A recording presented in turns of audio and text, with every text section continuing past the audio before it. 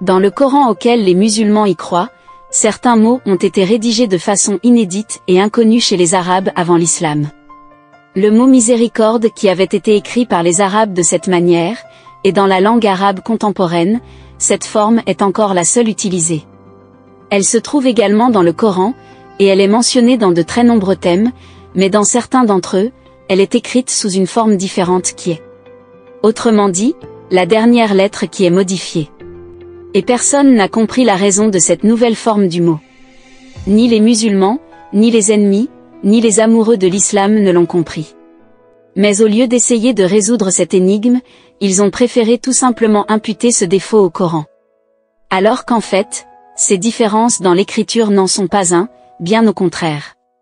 Gloire à lui, et afin de prouver aux gens que ce Coran est le sien, d'innombrables moyens ont été pris pour preuve, et parmi ces moyens se trouvent ces différences dans l'écriture des lettres. Notre Seigneur ne voulait pas que son livre saint ne réussisse qu'à un examen de la langue arabe, mais pour se moquer de ceux qui le défient, il se rajoutait des exigences et à remonter la barre plus haut, tel était le premier objectif, qui est d'élever le niveau du défi. Le second objectif est de valoriser la langue arabe, en comblant les lacunes que connaît cette langue en termes de précision dans le sens, car elle n'était pas sacrée avant la révélation comme toutes les autres langues. Elles étaient sujettes au développement et au changement, et avaient leurs merveilleuses caractéristiques ainsi que leurs lacunes. Nous mentionnons parmi ces lacunes, que la langue allemande, dans sa nature est beaucoup plus concise que l'arabe, vous dites en arabe « nager en s'éloignant peu à peu de la rive », alors qu'en allemand, il suffit de mentionner le mot « hinausschwimmen » pour donner exactement le même sens. Prenant à titre d'exemple le mot miséricorde. Afin que le Seigneur fasse de la langue du Coran une langue très précise, plus que l'allemand et que toute autre langue, il a divisé la miséricorde en plusieurs types, et il a attribué à chacun son propre style d'expression. Il a dérivé du mot miséricorde un nom de Dieu, qui est Ar-Rahman, qui représente la connexion de Dieu à notre monde, sans user du paranormal. C'est-à-dire, quand le Tout-Puissant maintient comme telles les lois scientifiques, que les chercheurs étudient aujourd'hui, à l'instar des physiciens et astronomes et toute autre science quelle qu'elle soit. Il a dérivé de ce mot un adjectif qui est miséricordieux, et en a fait un signe de stabilité dans la grâce, en la préservant de disparaître, tel que s'assurer qu'il n'y ait pas de sortie du paradis après y être entré.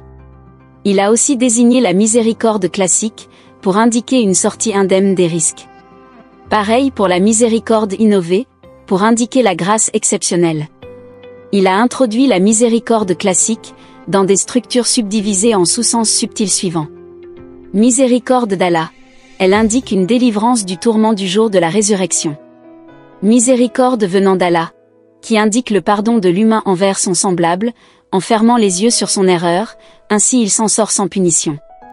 Miséricorde du Seigneur. Elle indique l'envoi d'anges sur terre, pour défendre des principes et des valeurs morales, en accomplissant des miracles qui sauvent les messagers de Dieu des dilemmes. Miséricorde venant du Seigneur. Elle englobe les paroles divines, et que quiconque les applique, échappera au tourment de l'au-delà, et quand il les comprend comme il se doit scientifiquement, il échappera aussi à l'ignorance en possédant les clés de la réussite dans la vie. Miséricorde de la part du Seigneur. Il l'a consacrée au savoir que les anges du Seigneur avaient enseigné à son messager, afin qu'il montre un savoir-faire que l'humanité n'avait jamais appris, pour le sauver lui, et ceux qui l'ont suivi du châtiment d'ici-bas, qui afflige les mécréants. Par exemple, les anges ont enseigné à Noé comment construire une arche, pour la première fois dans l'histoire de l'humanité. Miséricorde de notre part, elle indique l'accomplissement des actions préventives, pour éviter de futures calamités, suite à une décision du Conseil céleste consultatif suprême. Miséricorde du point de vue du Seigneur. Notre Seigneur nous inspire une bonne compréhension, pour s'en sortir d'un dilemme et d'une pensée confuse. Nous lui faisons goûter une miséricorde. Les anges sauvent les gens d'une détresse perceptive, sans qu'ils se rendent compte qui était la raison de leur sauvetage. Nous lui faisons goûter une miséricorde de notre part. Elle indique la délivrance d'une société ou d'une personne d'une détresse perceptive, tout en croyant qu'un motif bien précis est la cause de sa délivrance, mais en réalité les anges sont à l'origine de cet acte. Ensuite il a bifurqué la miséricorde innovée comme suit. Miséricorde d'Allah, qui est une bénédiction exceptionnelle, qui touche un nombre de personnes. Miséricorde du Seigneur, qui est une bénédiction exceptionnelle, touchant une personne bien précise.